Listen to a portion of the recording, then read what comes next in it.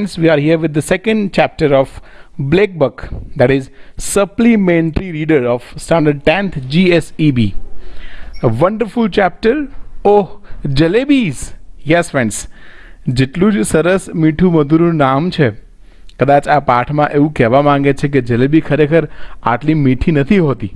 Yes friends, you can understand કે જ્યારે આપણે ચેપ્ટરને પૂરું કરીશું ત્યારે કદાચ તમને એવું લાગશે કે આ જે ટેસ્ટફુલ જલેબી છે, જે સ્વીટ જલેબી છે, ખરેખર શું એટલી સ્વીટ હોય છે?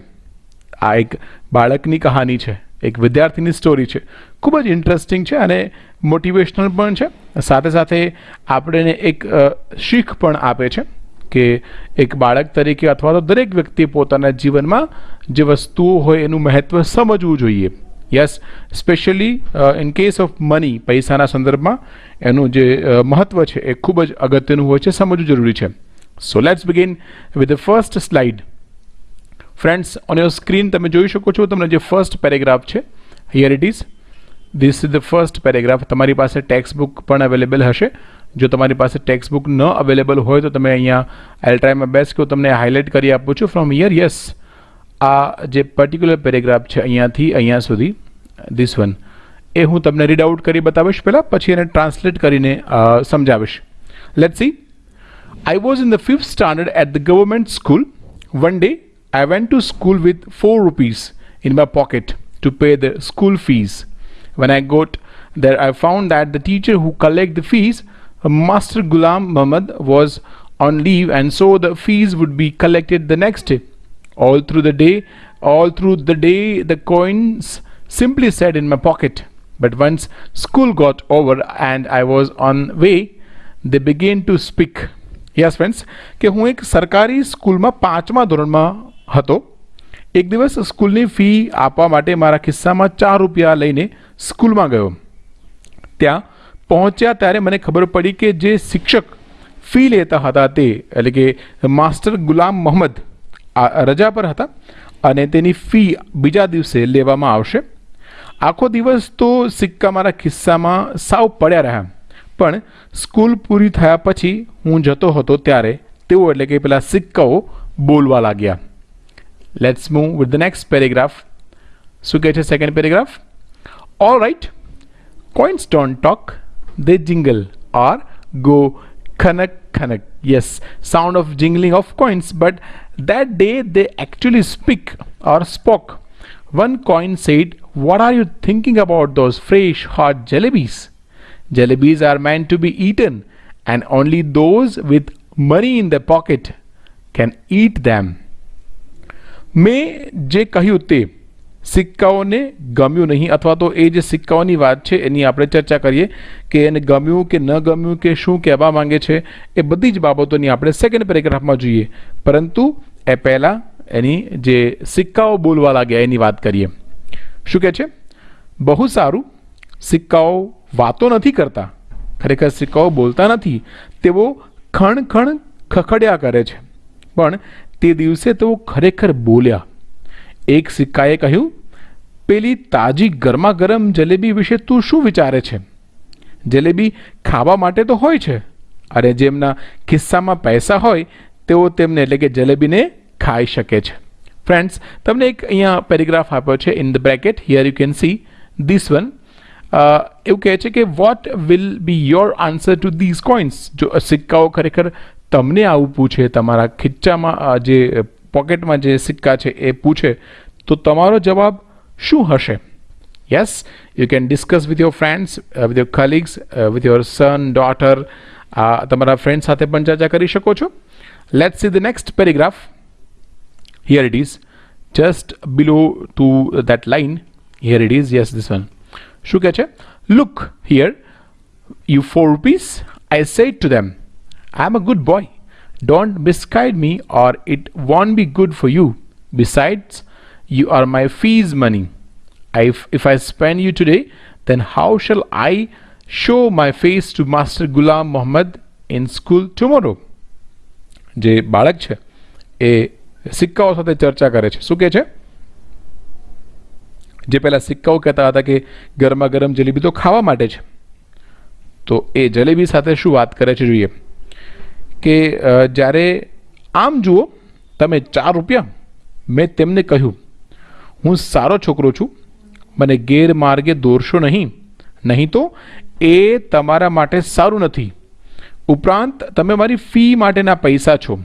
આજે હું તમને વાપરું તો કાલે હું માસ્ટર ગુલામ મોહમ્મદને શાળામાં મારું મોં કેવી રીતે દેખાડું? એવી રીતે પેલો છોકરો જે છે એ સિક્કાઓ સાથે ચર્ચા કરે છે. જોઈએ next paragraph. What he said, the coins, here it is this one, the coins disliked what I would said, what I had said, you can say. All of them began to speak at the same time. There was such a clamor, loud, unpleasant noise that a passerby in the bazaar stared at me and my pocket. I grabbed and caught tightly all 4 of them and held them tight in my fist. And then they were silent. But after taking a few steps, I loosed, that means released, my grip. Immediately the oldest coin said, "Tell me honestly, now don't you feel like eating those hot jalebis? And then if you spend us for today, won't you get the scholarship money tomorrow? Sweets with the fees money. Sweets with the fees money, fees with the scholarship money." What are you saying? Isn't right, I replied. But it isn't that wrong either. Listen, I am not a common sort type of boy, the coins argued. But then those jalebis are no common sort of jalebis either. They are crisp, fresh and full of sweet syrup. Friends, હવે બંનેનું discussion જે છે એ ચાલવા લાગ્યું છે અને જે જલેબી જે છે અને જે સિક્કાઓ છે એ સિક્કાઓ જલેબી પ્રત્યે એને આમ જસ્ટ કોન્સન્ટ્રેટ કરાવી રહ્યા છે કે જો પેલી જલેબી કેટલી સ્વીટ છે, કેટલી સારી છે, અને પેલો બાળક જે છે એને કન્વિન્સ કરવાની કોશિશ કરે છે. જોઈએ શું કહે છે. હવે એ જેવા ચાલતા હતા અને એ ચાલતા ચાલતા આગળ વધે છે. મેં આમ જુઓ તો પેલા સિક્કા સાથે ચર્ચા કરે ત્યારે કહે છે કે મેં જે કહ્યું તે સિક્કાઓને ગમ્યું નહીં. બધા એક સાથે જ બોલવા લાગ્યા. એટલો બધો ઘોંઘાટ કરી મૂક્યો કે બજારમાં પસાર થતા લોકો મારી સામે અને મારા ખિસ્સા સામે તાકી રહ્યા. મેં એ ચારેયને મજબૂત પકડીને મારી મુઠ્ઠીમાં દબાવી દીધા અને પછી તેઓ શાંત પડ્યા. પણ થોડું આગળ ચાલીને મેં મારી પકડ ઢીલી કરી.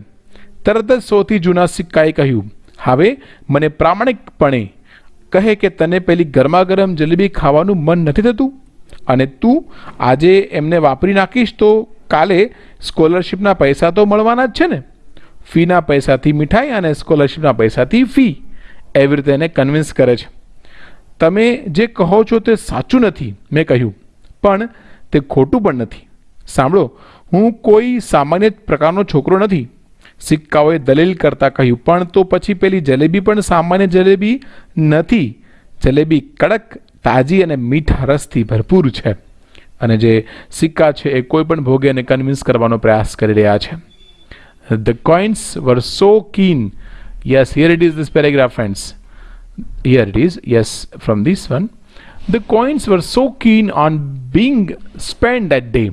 They kept up their attempts.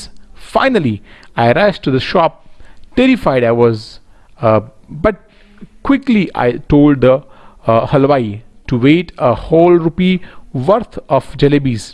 The halwai opened up a whole newspaper and heaped a pile of jalebis on it.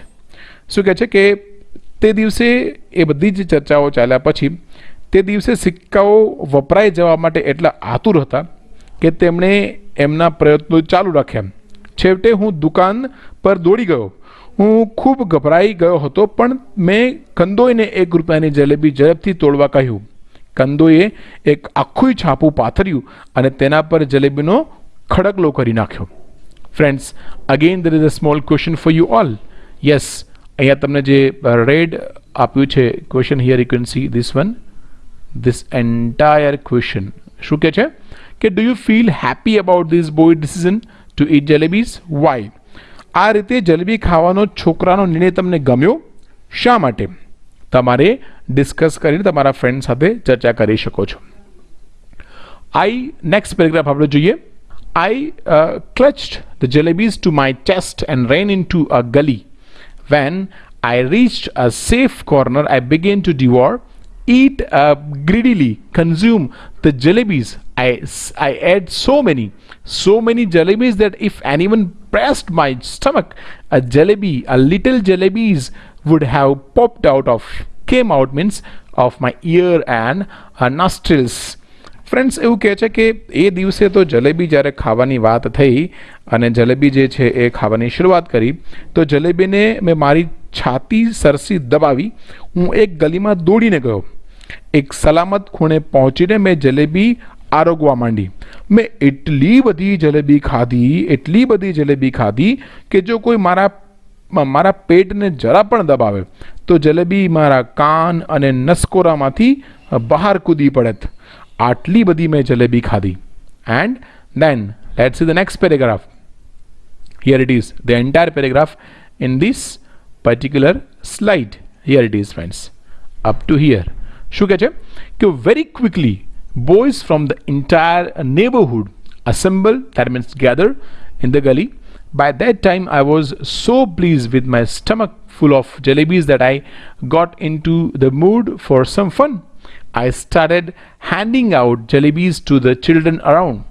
I dashed, that means rushed, to the halwai and bought one more rupee worth of jalebis. Came back and stood on the chabutra of one of the houses, liberally distributing jalebis to the children. By now there was a huge mob, that means crowd, of children around me.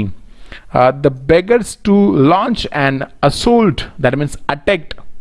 I bought jalebis for the remaining 2 rupees as well and distributed them.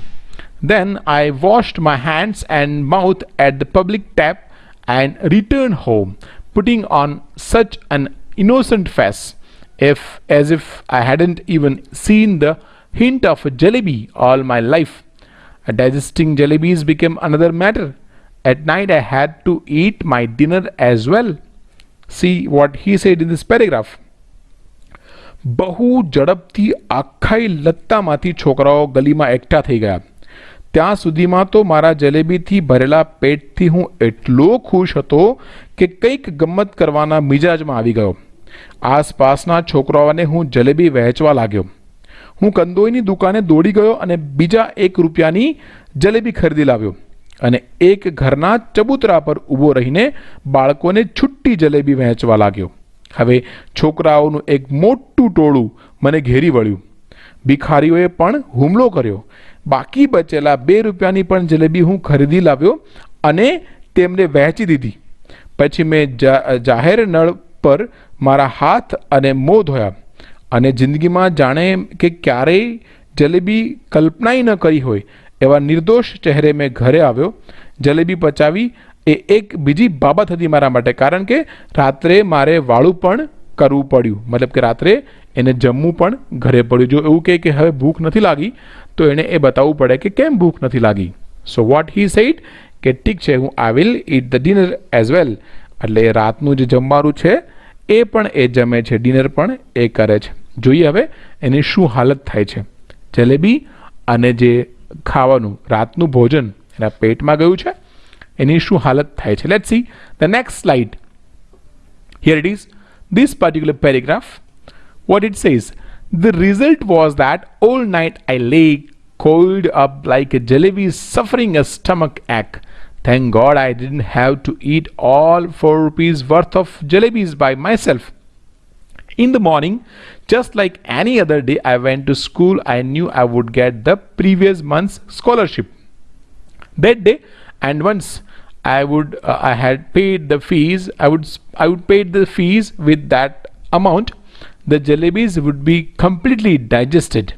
But when I go to school, I found out that the scholarship was going to be paid the following month. My head started to spin. What would be your advice to this boy now?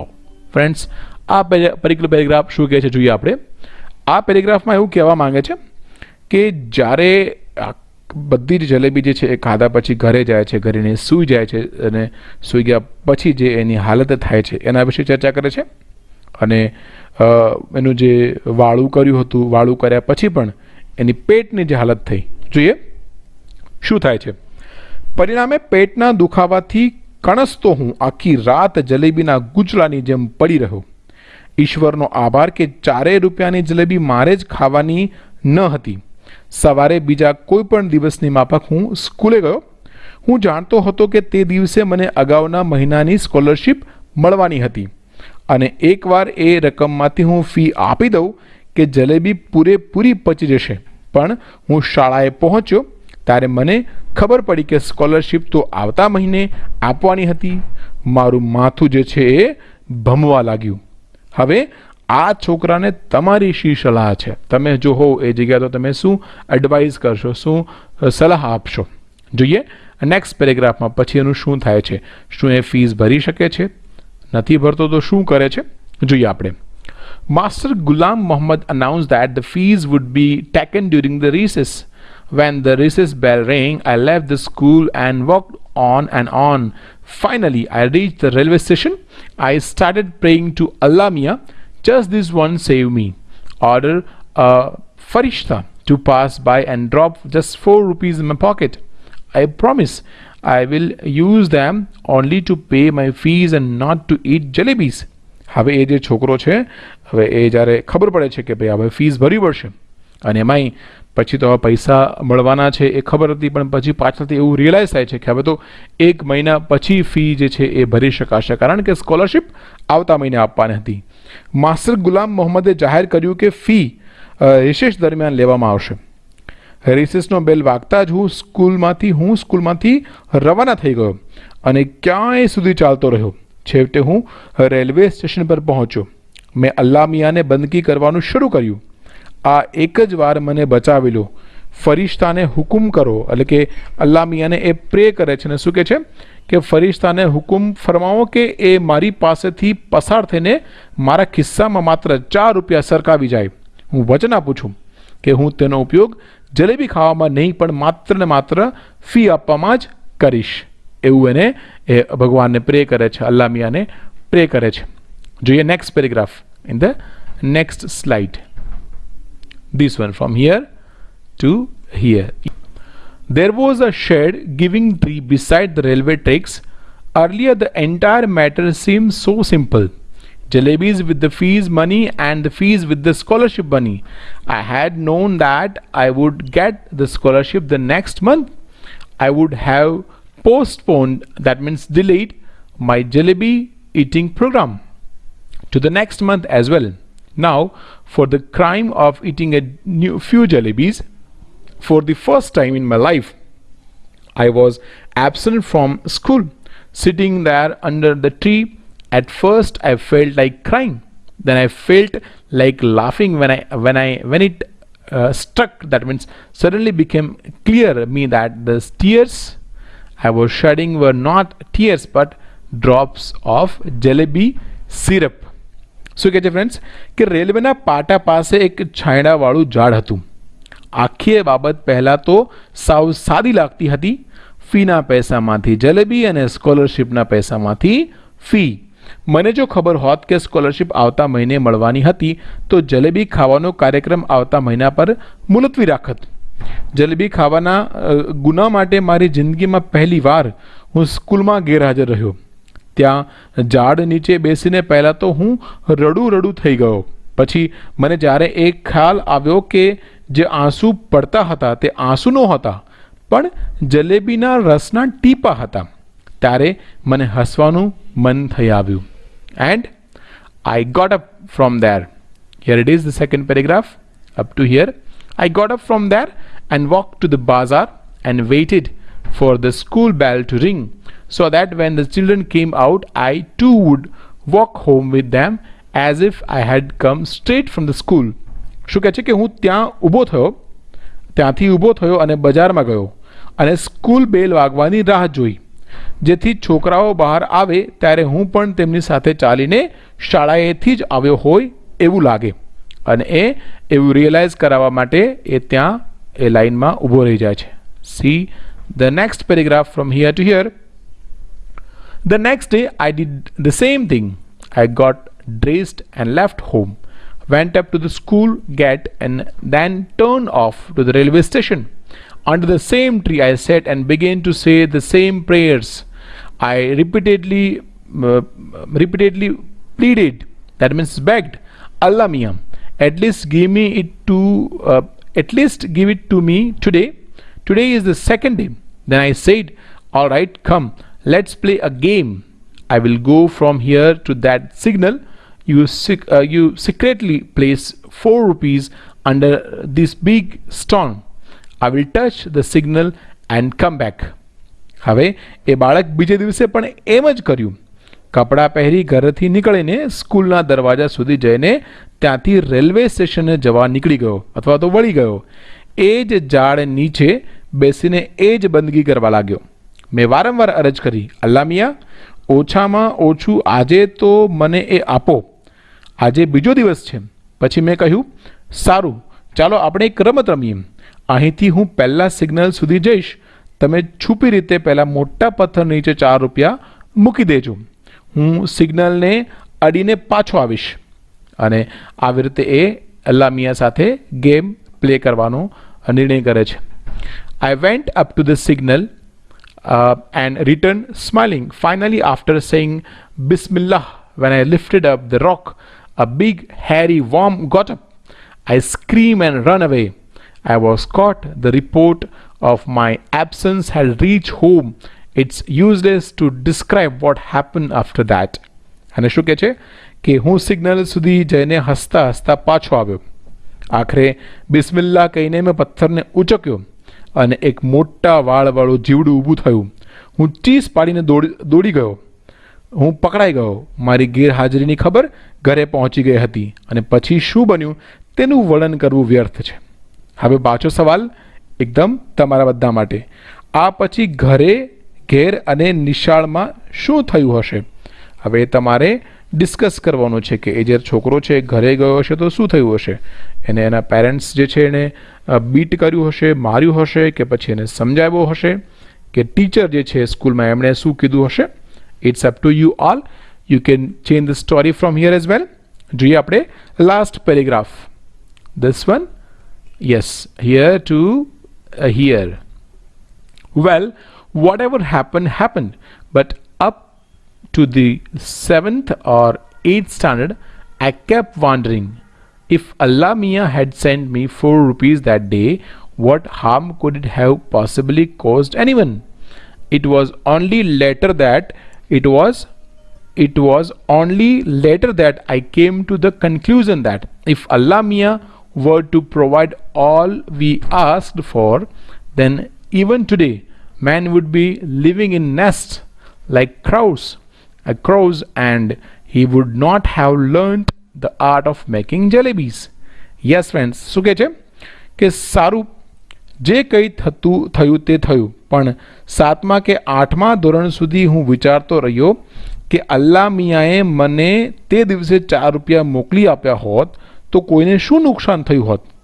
વખત જતાં હું એ નિષ્કર્ષ પર આવ્યો કે જો આપણે જે કંઈ માંગીએ તે અલ્લા મિયા આપે તો આજે પણ માણસ કાગડાની પેઠે માળામાં રહેતો હોત અને જલેબી બનાવવાની કળા શીખ્યો જ ન હોત. યસ ફ્રેન્ડ્સ, જલેબી હંમેશા મીઠી નથી હોતી. Yes friends, this was the lovely chapter. Thank you so much.